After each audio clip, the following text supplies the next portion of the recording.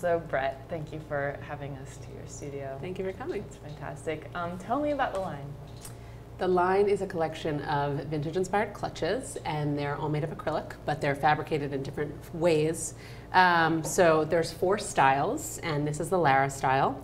So this is an acrylic that's poured with confetti, and all these confetti sheets are custom made. We design them, we have them poured, and they're amazing because they come from nothing, and confetti and acrylic are poured at the same time, and the density varies on each bag, which is amazing because as much as we make many multiples of fabrications, each bag is in that way unique because each sheet of acrylic, there are no 2 sheets that are identical. So in terms of confetti and pigment and color, so I'll let you know a little bit more about that. But basically this is the Lara.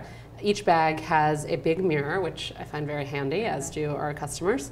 In this particular bag, these are called ice ends, and these are backlit with a marine fluorescent acrylic. So this is a silver confetti with marine ends, which I quite like. Beautiful. And then something that we do that's really fun with these Lara bags and other styles, we backlight with glow in the dark. So that's fantastic. It's fun, and this is a bag that legitimately, if you went out and it was dark, would glow. So if you have it on a table at a nightclub or you're at a restaurant, this will glow and guide you. I love that. But the line was inspired by the clutches of the 50s and 60s. So I have a couple here to show you. These are just amazing. These are all handmade in the 50s. And this is a vintage. Vintage. Yes. Unbelievable what people used to do with their hands, in the 50s and 60s. So it's a box, big mirror, but then check this out. Wow, that's so cool. Amazing, right? And this is how women used to go out with their lipstick, their comb, their powder. Just amazing. That's so cool. So this was obviously very inspirational for me because you can't find stuff like this anymore. They don't exist, and people collect these bags rabidly. I had always collected them, and I couldn't find them anymore because bags in that condition just really don't exist anymore. You used to be able to find them at thrift shops or big flea markets, but they just became more and more collectible, and they're impossible to find. Tell me a little bit about the Lucite.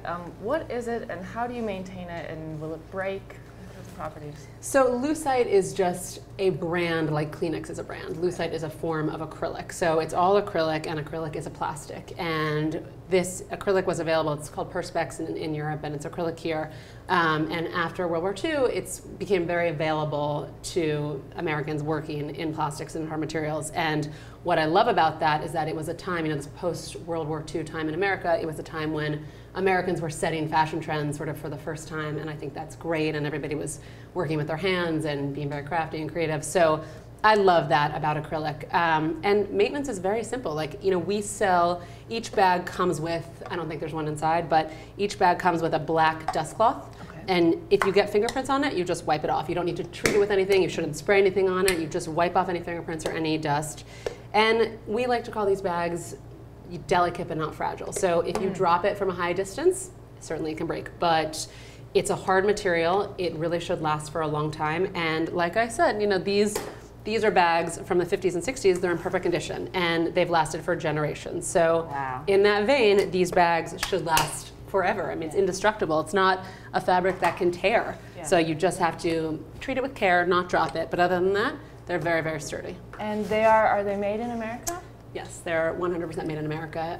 The sheets of acrylic are manufactured in New Jersey, and then there's a 2-part process where they are fabricated in Chicago and assembled on Long Island. So everything is made in America, and it's a standard that we really, it's important to us and we care about. It's very expensive to manufacture in America, but it was important to me because, as I mentioned, this is an American fashion statement. This is an American phenomenon. This is something that Americans created, and we were setting the trends, as I said. So it was important to me to maintain that. And I really believe, more than just for myself, I believe in Made in America. I think it's important that not all manufacturing goes overseas. I think for the fashion district that's here, I just think Made in America is something that, I'm obviously not alone in the sentiment that people are returning to Made in America, and I care about Made in America when I buy things.